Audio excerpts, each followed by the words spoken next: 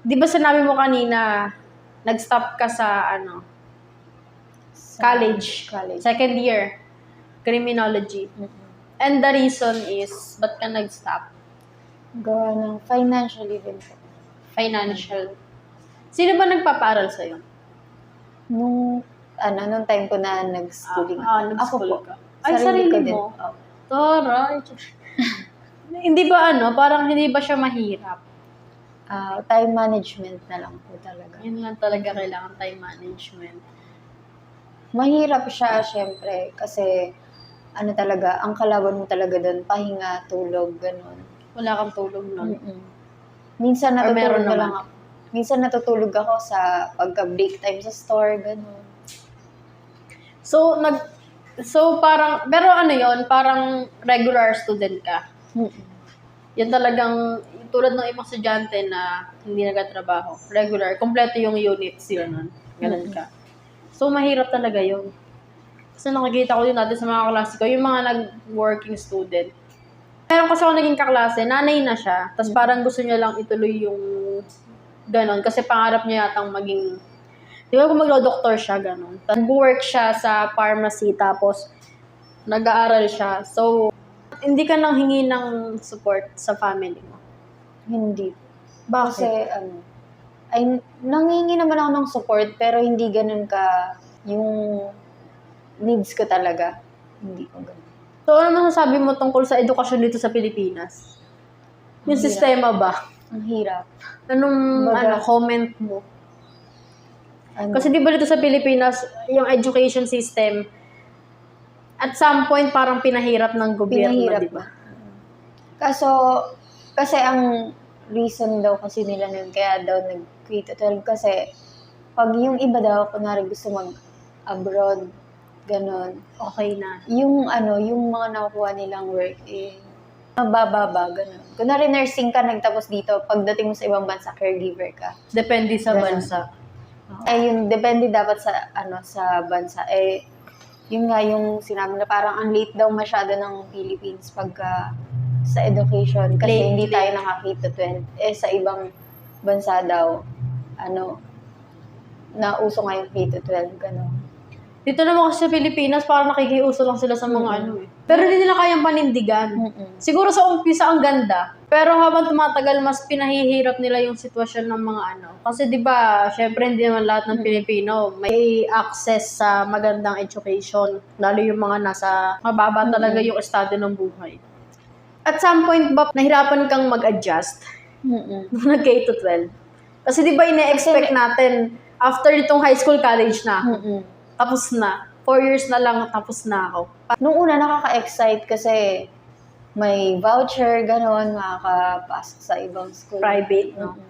Parang masyadong ang tagal bago makarating sa college. Tapos yung kuya ko, anong grade na, gano'n. Tapos ako, nasa senior high, nasa high school pa din. Tapos siya, Tapos mo. Pero nakatapos ba yung kuya mo? College? Anong course niya? IT po. Okay, IT. Siya yung may asawa na, di ba? Gusto mo bang ituloy yung pag-aral mo? Kailan mo planong ituloy?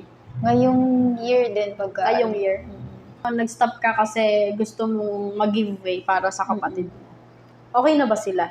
Okay, I mean, pwede ka nang bumalik sa kaya gusto mo nang pumasok ulit. Kasi na din, na may work na din yung kuya ko, ganun. Kaya niya naman i-balance yung sa family niya. So, parang nagbibigay din siya sa inyo. Sa family support, ganyan. Then ako, mag-work, tapos, ulit. Kagaya pa rin nung, ka pa rin, working student. Grabe, no? Ang galing mo mag-time manage. Ako kasi hindi ko talaga kaya. Ewan ko. Grabe, ang dami nating pagkakaiba. Pero sabi kasi nila, hanggat pinag-aaral ka ng magulang mo, mag-aral ka, huwag ka magtatrabaho. Kaya gano'n yung ginawa ko. Ano masasabi mo sa teenage pregnancy? Laganap sa Pilipinas yan. Ikaw ba yung tipo ng yung parang naapektuhan ka sa yung mga ganyan, yung grabe na yung Pilipinas, yung ang pangit na ng image. Mas bata nga sa akin, Diyos ko, may mga anak na, gano'n. Mas pinahirap nila yung sitwasyon nila. Sarili mo nga hindi yung mabuhay eh. Tapos gagawa ka pa ng bata. Parang ganun. Hindi ka fan ng teenage pregnancy. Hindi kasi yung iba, di ba? Sige lang, mahal mo naman eh. Tsaka, Pero kahit na kung hindi ka naman ganun ka-stable, ganun. Kung alam mo nang nasa mahirap ka na sitwasyon, ba't kailangan mo pang bumuo ng pamilya? tama naman. Sabi nga ni Sir Kim, love is only love. Sabi niya yun. Parang sa una lang siya masarap pagka dalagat binata pa kayo. Pero pagdating na yung parang may responsibilidad na nga kayo na may anak na kayo, yung tapos unexpected pa, hindi pa siya planado. Parang sabi nga, love can't buy diapers, love can't buy rice, love can't buy food for your children. May ganun ka ba? Practical ka mag-isip? Ngayon. Maging practical na lang talaga. Tsaka, since nung nasa relationship ako, dumaan nga ako sa live-in, gano'n, wala sa utak ko yung Mag-anak. mag-anak. May plano mo magkaroon ng anak sa future? Sa future po, Meron. siguro mga, pag stable na talaga ako, pagka nakatapos, gano'n, nakatulong sa magulang. Hindi rin ako boto sa teenage pregnancy. Sila Kasi lang ang din hirap. Siyempre, hindi ka pa nakapagtapos noon. Tapos, under ka pa ng mga parents mo. Papakain mo sa anak mo galing pa sa magulang mo. Parang binigyan mo lang ng panibagong problema yung Paano magulang kung, mo. kung nasa 17 ka pa, nasa 16, ang hirap nun. Kasi, wala Tsaka kang yung tatanggap ano, na work sa'yo eh. Judgment society. Tapos, nasa ano pa tayo, nasa Pilipinas pa tayo. Ako wala talaga akong balak mag-anak. Kahit stable ako.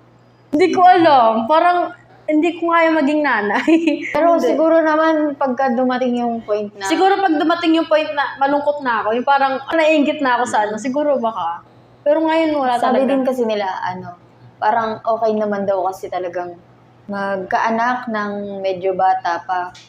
Pagtanda mo daw, medyo... Magka-same age na, parang malapit Pero na ang yung hirap edad. naman nun pagka minor ka pa lang, tapos may anak ka na.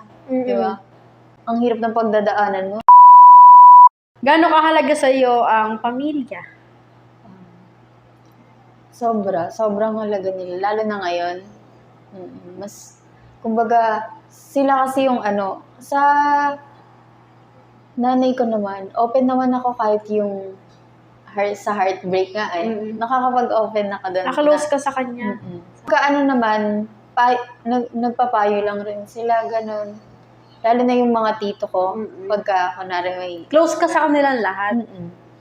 Ang galing. Kaya sobra rin yung tiwala nila sa akin kasi open nga ako sa kanila.